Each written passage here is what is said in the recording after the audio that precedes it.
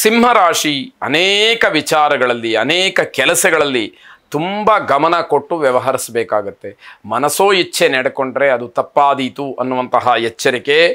ಎದುರಾಳಿಗಳ, ಶತ್ರುಗಳ, ವಿರೋಧಿಗಳ ಬಲವನ್ನು ತಿಳ್ಕೊಂಡು ನೀವು ವ್ಯವಹರಿಸಬೇಕಾಗತ್ತೆ. ಯಾವ ವಿಷಯದಲ್ಲಿ ನಿಮಗೆ ಎದುರಾಳಿಗಳು, ಪ್ರತಿಸ್ಪರ್ಧಿಗಳು ನಿಮಗೆ ತೊಂದರೆಯನ್ನು ಮಾಡ್ತಾರೆ, ಅವರಿಂದ ಒಂದಷ್ಟು ಹಿನ್ನಡೆ ಆಗತ್ತೆ ಅನ್ನುವಂಥದ್ದನ್ನು ತಿಳಿದು ನೀವು ವ್ಯವಹರಿಸಬೇಕಾದಂಥದ್ದು ಅತಿ ಮುಖ್ಯವಾದಂಥದ್ದು. ಬೇರೆಯವರ ತಪ್ಪನ್ನು ಹೇಳಲಿಕ್ಕೆ ಹೋಗಬೇಡಿ. ನಿಮ್ಮದೇ ಹಲವಾರು ವಿಚಾರಗಳು ತಪ್ಪಾಗಿ ಇರುವಂಥದ್ದು ಬೇರೆಯವರ ಗಮನದಲ್ಲಿರುತ್ತೆ. ಆದ್ದರಿಂದ ಬೇರೆಯವರ ತಪ್ಪನ್ನು ಹೇಳಲಿಕ್ಕೆ ಹೋಗಬೇಡಿ. ನಾಟಕೀಯವಾದಂತಹ ಬುದ್ಧಿಯಿಂದ ನಿಮಗೆ ಹಿನ್ನಡೆಯಾಗುತ್ತೆ. ಸ್ವಾಭಾವಿಕವಾಗಿರಬೇಕು.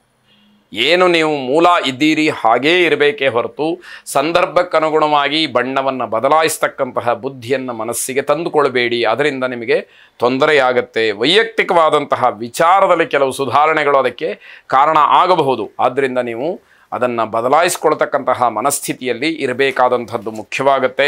ಮನಸ್ಸಿನ ಗೊಂದಲಗಳು ದೂರವಾಗೋದ್ರಿಂದ ನಿಮ್ಮ ಕೆಲಸಗಳಲ್ಲಿ ಒಂದಷ್ಟು ಚಾಲನೆ ಸಿಕ್ಕುತ್ತೆ, ವೇಗ ಸಿಕ್ಕಂಥದ್ದಾಗತ್ತೆ, ಕೆಲಸಗಳು ಬೇಗ ಬೇಗ ಆಗುವಂಥದ್ದಾಗತ್ತೆ. ನವಗ್ರಹರನ್ನು ಪ್ರಾರ್ಥನೆ ಮಾಡಿ, ಅದರಲ್ಲೂ ವಿಶೇಷವಾಗಿ ಚಂದ್ರಗ್ರಹನನ್ನು ಪ್ರಾರ್ಥನೆ ಮಾಡಿ. ದಧಿಶಂಖ ತುಷಾರಾಭಂ ಕ್ಷೀರೋದಾರಣವ ಸಂಭವಂ ನಮಾಮಿ ಶಶಿನಂ ಸೋಮಂ ಶಂಭೋರ್ ಮಕುಟಭೂಷಣಂ ಎಂಬುದಾಗಿ ನಿಮ್ಮ ಪ್ರಾರ್ಥನೆ ಇರಲಿ. ಈಶ್ವರನನ್ನು ಚಂದ್ರನನ್ನು ಪ್ರಾರ್ಥನೆ ಮಾಡಿದಾಗತ್ತೆ. ಈ ಶ್ಲೋಕವನ್ನು ಹೇಳೋದ್ರಿಂದ ಶುಭವಾಗಿ. ಕನ್ಯಾ ರಾಶಿ ಮನೆಗೆ ಹೊಸ ಪದಾರ್ಥವನ್ನು ತಂದು ಅದು ನಷ್ಟವಾಗಬಹುದು, ದುರಸ್ತಿಗೆ ಬರಬಹುದು, ವಸ್ತುವಿನ ಬಗ್ಗೆ ಬೇಸರವಾಗಬಹುದು, ಅದಕ್ಕೋಸ್ಕರವಾಗಿ ಕಾನೂನಾತ್ಮಕವಾದಂತಹ ಹೋರಾಟಕ್ಕೆ ಮುಂದಾಗಬಹುದು. ಹೀಗೆಲ್ಲ ಏನೋ ಒಂದು ರೀತಿಯ ಮನಸ್ಸಿಗೆ ಅಸಮಾಧಾನ ಆಗ್ತಕ್ಕಂತಹ ಸಂದರ್ಭ ಆ ಹೊಸ ವಸ್ತುವಿನ ಖರೀದಿಯಿಂದ ಆಗತ್ತೆ ಅನ್ನುವಂಥದ್ದು. ಬೇರೆ ಉಪಯುಕ್ತವಾದಂತಹ ಯೋಚನೆಗಳ ಬಗ್ಗೆ ಒಂದಷ್ಟು ಮನಸ್ಸನ್ನು ಕೊಡಿ.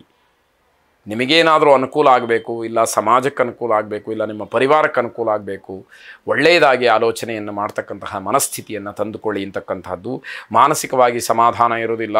ಮನಸ್ಸಿನ ಮೇಲೆ ತುಂಬ ಪರಿಣಾಮ ಬೀರ್ತಕ್ಕಂತಹ ಪರಿಸ್ಥಿತಿಗಳೇ, ಸಂದರ್ಭಗಳೇ ಎದುರಾಗ್ತಕ್ಕಂಥದ್ದಾಗತ್ತೆ. ಏನು ಮಾಡಿದರೂ, ಎಷ್ಟು ಗಳಿಸಿದರೂ ಕೂಡ ತೃಪ್ತಿ ಇಲ್ಲದೇ ಇರತಕ್ಕಂಥದ್ದಾಗತ್ತೆ. ಭಗವಂತ ಕೊಟ್ಟ ಹಾಗೆ ನಿಮ್ಮ ನಿಮ್ಮ ಯೋಗ್ಯತೆಗೆ ಅನುಸಾರವಾಗಿ ಒಂದಷ್ಟಿದೆ, ಆದರೆ ಅದು ಯಾವುದೂ ತೃಪ್ತಿ ಕೊಡ್ತಾ ಇಲ್ಲ, ಇನ್ನೂ ಸಾಕಾಗ್ತಾ ಇಲ್ಲ. ಎಲ್ಲಿಂದ ತಂದು ಕೊಡೋದು? ಯಾವುದರಿಂದ ತೃಪ್ತಿಪಡಿಸುವಂಥದ್ದು? ಇದು ಪ್ರಶ್ನೆಯಾಗುವಂಥದ್ದು. ಮನೆಗೆ ಬಂಧುಗಳ ಆಗಮನವಾಗತ್ತೆ. ಸಮಾಧಾನ ಇರೋದಿಲ್ಲ, ಆದರೂ ಬಂದಿದ್ದಾರೆ ಅನಿವಾರ್ಯ ಅನ್ನುವ ಭಾವನೆಯಲ್ಲಿರ್ತೀರಿ.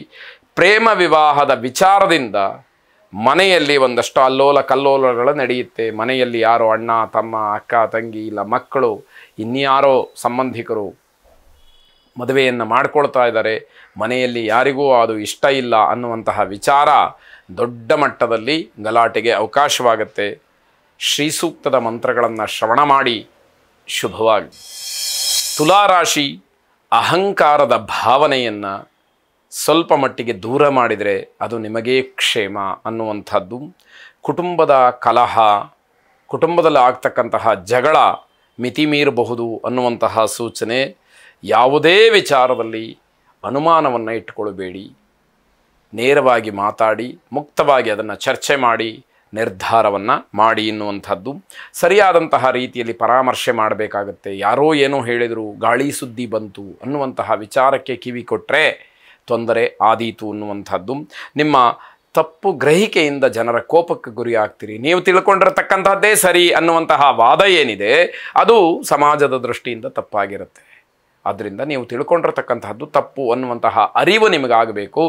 ಆಗ ಮಾತ್ರ ಸಮಾಜದಲ್ಲಿ ಗೌರವಕ್ಕೆ ಭಾಜನರಾಗ್ತೀರಿ. ನಿಮ್ಮ ಮಾತು ಕೆಟ್ಟ ಪರಿಣಾಮವನ್ನು ಬೀರುತ್ತೆ. ನೀವು ಆಡ್ತಕ್ಕಂತಹ ಮಾತಿದೆಯಲ್ಲ, ಮಾರ್ಮಿಕವಾದಂತಹದ್ದು, ಚುಚ್ಚು ಮಾತಿದೆಯಲ್ಲ, ಕತ್ತಿಯ ಅಲಗಿಗಿಂತಲೂ ಕೂಡ ಹರಿತವಾದಂತಹ ಮಾತಿದೆಯಲ್ಲ, ಅದು ಬೇರೆಯವರು ಬೇಸರ ಮಾಡಿಕೊಳ್ಳೋದಕ್ಕೆ ಕಾರಣವಾಗುತ್ತೆ ಎನ್ನುವಂಥದ್ದು. ಏಕ ನಕ್ಷತ್ರ, ಏಕ ರಾಶಿಯ ದಂಪತಿಗಳಿಗೆ ವೈಯಕ್ತಿಕವಾದಂತಹ ವಿಚಾರ ತುಂಬ ಕ್ಲಿಷ್ಟವಾಗುತ್ತೆ, ಕಹಿಯಾಗತ್ತೆ, ತೊಂದರೆಗೆ ಕಾರಣವಾಗುತ್ತೆ ಅನ್ನುವಂಥದ್ದು. ಜಾತಕವನ್ನು ಸರಿಯಾಗಿ ಒಮ್ಮೆ ಪರೀಕ್ಷೆ ಮಾಡಿಸಿಕೊಳ್ಳಿ. ಶುಭವಾಗಿ. ವೃಶ್ಚಿಕ ರಾಶಿ ಧರ್ಮ ಕಾರ್ಯಗಳನ್ನು ಮಾಡೋದಕ್ಕೆ, ಧಾರ್ಮಿಕ ಕ್ಷೇತ್ರಗಳಿಗೆ ಭೇಟಿಯನ್ನು ಕೊಡೋದಕ್ಕೆ ಮನಸ್ಸಿರುವುದಿಲ್ಲ. ಆದರೆ ಮನೆಯವರ ಒತ್ತಡಕ್ಕೋ ಬೇರೆ ಇನ್ಯಾವುದೋ ಒಂದು ಒತ್ತಡಕ್ಕೋ ಸಿಲುಕಿ ಹೋಗಬೇಕಾದಂತಹ ಅನಿವಾರ್ಯತೆ ಪರಿಸ್ಥಿತಿ ಬರುವಂಥದ್ದಾಗುತ್ತೆ. ಪ್ರಯಾಣದಲ್ಲಿ ವ್ಯತ್ಯಾಸಗಳಾಗ್ತಕ್ಕಂತಹ ಸಾಧ್ಯತೆ ಇದೆ. ಅದನ್ನು ಗಮನಿಸ್ಕೊಳ್ಳಿ. ಯಾವಾಗ ಮನಸ್ಸಿರುವುದಿಲ್ಲ, ಮನಸ್ಸಿಲ್ಲದ ಮನಸ್ಸಿನಿಂದ ಯಾವ ಕೆಲಸವನ್ನು ಮಾಡೋದಕ್ಕೆ ಹೋಗ್ತೀವಿ, ಆಗ ನಮಗೆ ಒಂದೊಂದೇ ತೊಂದರೆಗಳು ಬರ್ತಕ್ಕಂತಹದ್ದು, ಅಶುಭವಾಗ್ತಕ್ಕಂತಹದ್ದು, ಶಕುನಗಳು ಅಪಶಕುನಗಳಾಗಿ ಪರಿವರ್ತನೆ ಆಗ್ತಕ್ಕಂಥದ್ದು, ಹೀಗೆಲ್ಲ ಕಾರಣಗಳಾಗತ್ತೆ. ಪರೀಕ್ಷಾ ದೃಷ್ಟಿಯಿಂದ ಅಧ್ಯಯನವನ್ನು ಮಾಡ್ತಕ್ಕಂಥವ್ರಿಗೆ ಹಿನ್ನಡೆ. ಕೇವಲ ಪರೀಕ್ಷೆಗೋಸ್ಕರ ನಾನು ಓದ್ತಾ ಇದ್ದೀನಿ ಅನ್ನುವಂತಹ ಭಾವನೆ ಯಾರಿಗಿರುತ್ತೋ ಅವರಿಗೆ ಹಿನ್ನಡೆ ಆಗ್ತಕ್ಕಂತಹ ಸಾಧ್ಯತೆ ಇದೆ. ಭಾವನೆಗಳು ಕೆಲಸಕ್ಕೆ ಬರೋದಿಲ್ಲ. ಕರ್ತವ್ಯವನ್ನು ಪ್ರಜ್ಞೆ ಇಟ್ಟುಕೊಂಡು ಮಾಡಬೇಕಾದಂಥದ್ದು ಮುಖ್ಯ ಅನ್ನುವಂಥದ್ದು ಇಲ್ಲಿ ಕೆಲಸ ಮಾಡಬೇಕಾಗತ್ತೆ. ವಿದ್ಯಾರ್ಥಿಗಳ ಪರಿಶ್ರಮಕ್ಕೆ ಮಾತ್ರ ಬೆಲೆ ಅನ್ನುವಂಥದ್ದನ್ನು ಬೇರೆಯವರು ತಿಳಿಸಿ ಹೇಳಬೇಕಾಗತ್ತೆ.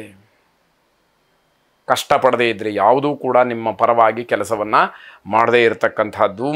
ಬೇರೆ ಮಾರ್ಗದಲ್ಲಿ ಆಲೋಚನೆಯನ್ನು ಮಾಡ್ತಕ್ಕಂಥವ್ರಿಗೆ ತುಂಬ ಹಿನ್ನಡೆಯಾಗುತ್ತೆ. ನಾನು ಯಾವುದೋ ಒಂದು ಕೆಲಸವನ್ನು ಅಂದ್ಕೊಂಡಿದ್ದೀನಿ, ಅದಾಗಲಿಲ್ಲ ಅಂತ ಹೇಳಿ ವಾಮಮಾರ್ಗವನ್ನು ಅನುಸರಿಸ್ತಕ್ಕಂಥದ್ದು ಇದೆಯಲ್ಲ, ಅದು ದೊಡ್ಡ ಮಟ್ಟದ ತೊಂದರೆಗೆ ಕಾರಣವಾಗ್ತಕ್ಕಂಥದ್ದು. ಪಾರಿಜಾತ ಸರಸ್ವತಿಯನ್ನು ಆರಾಧನೆ ಪ್ರಾರ್ಥನೆ ಮಾಡಿ ವಿದ್ಯಾರ್ಥಿಗಳಿಗೆ ಒಂದಷ್ಟು ಬಲ, ಶಕ್ತಿ, ಸಾಮರ್ಥ್ಯ ವಿದ್ಯಾ ಕ್ಷೇತ್ರದಲ್ಲಿ, ಶೈಕ್ಷಣಿಕ ಕ್ಷೇತ್ರದಲ್ಲಿ, ವ್ಯಾಸಂಗ ಕ್ಷೇತ್ರದಲ್ಲಿ ಪ್ರಾಪ್ತವಾಗಲಿ. ಶುಭವಾಗಲಿ.